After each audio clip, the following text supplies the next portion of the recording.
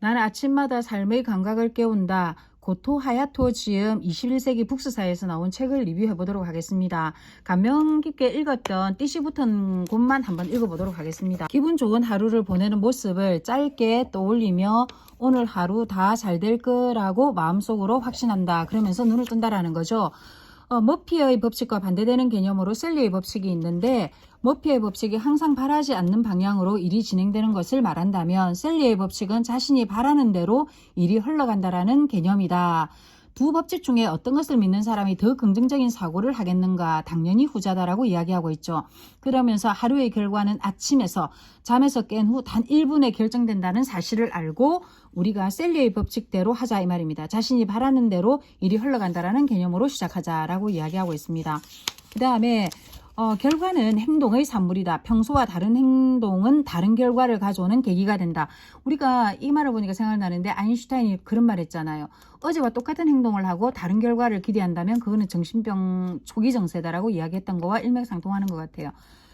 평소와 다른 행동은 다른 결과를 가져오는 계기가 된다. 그러니까 우리가 어제와 다른 아침을 맞이하는 게 중요할 것 같습니다. 그렇죠? 더 나은 방향으로 셀리의 법칙대로 운의 흐름을 타는 최적의 시간이 아침인데 운의 흐름에 올라타면 생각지 못한 기회가 열려 한 단계 발전할 수 있다.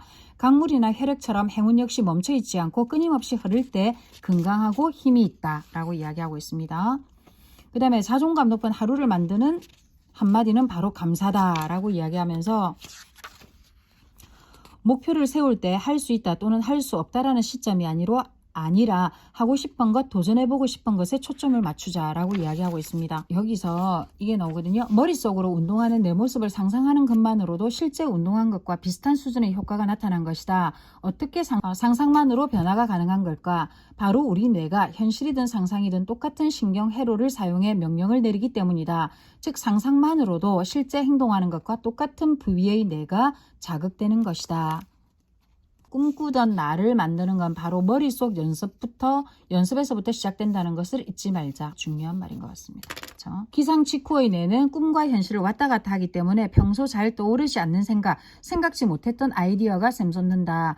이처럼 아침에 떠오른 아이디어를 매우 소중하게 생각한다라고 이야기하고 있습니다. 그래서 늘 메모지를 두고 자라라고 이야기하고 있죠. 위에서 보면 원이지만 옆에서 보면 삼각형이다.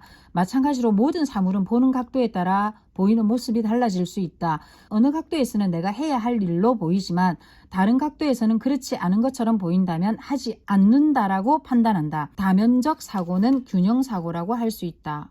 그렇죠. 다면적 시점에서 보는 것은 굉장히 중요할 것 같아요. 적극적인 삶의 태도가 긍정적인 일들을 끌어당긴다는 사실을 꼭 기억하자라고 이야기하고 있습니다. 그래서 저는 제가 중에 하나가 3가지 시점으로 판단의 질을 높여라. 우리가 뭔가를 판단할 때는 근본적 시점, 다면적 시점, 장기적 시점에서 바라보고 해야 된다라고 이야기하면서 근본적 시점은 본질을 볼 때 나라면 어떻게 하겠는가이고, 아까 전에 다면적 시점은 원뿔을 통해서 이야기하고 있죠. 보는 각도에 따라서 달라진다라는 거.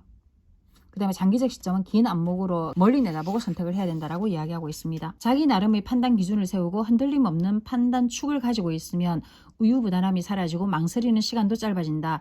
인생의 질은 판단의 질에 좌우된다.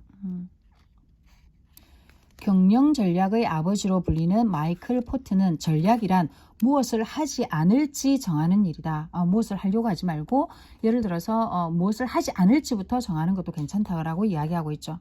남들과 차별하기 위해서는 나는 무엇을 하지 않을까라는 전략이 필요하다라고 이야기하고 있습니다. 무엇을 하지 않을지가 명확해지면 무엇을 해야 할지가 저절로 보인다. 나 홀로 전략회의에 자신과 마주 앉아 객관적으로 나를 바라보는 시간이다. 매일 꾸준히 하면 최고의 인생 전략이 보이리라 믿는다. 맞습니다.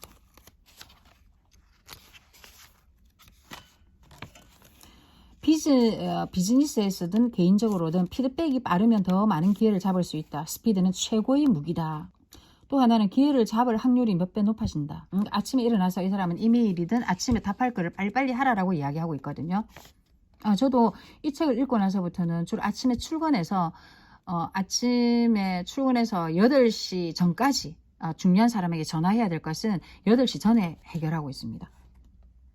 그렇게 하고 나니까 제가 개인적으로 좀 더 좋은 것 같더라고요. 옛날에는 아침이면 너무 이러니까 좀 사람들이 불편해하지 않을까 그랬는데 오히려 그렇지 않더라고요. 하루의 목표는 3가지만 하자라고 이야기하고 있습니다. 3가지를 해서 3가지를 실천하자라고 이 사람이 이야기하고 있고요. 그 다음에 옷차림은 나를 대변하는 도구다. 그러면서 나는 언제 어디서 어떻게나 나타날지 모르는 기회를 놓치지 않고자 특별한 일이 없는 한 정장이나 재킷 차림으로 이 사람은 외출한다라고 이야기하고 있거든요.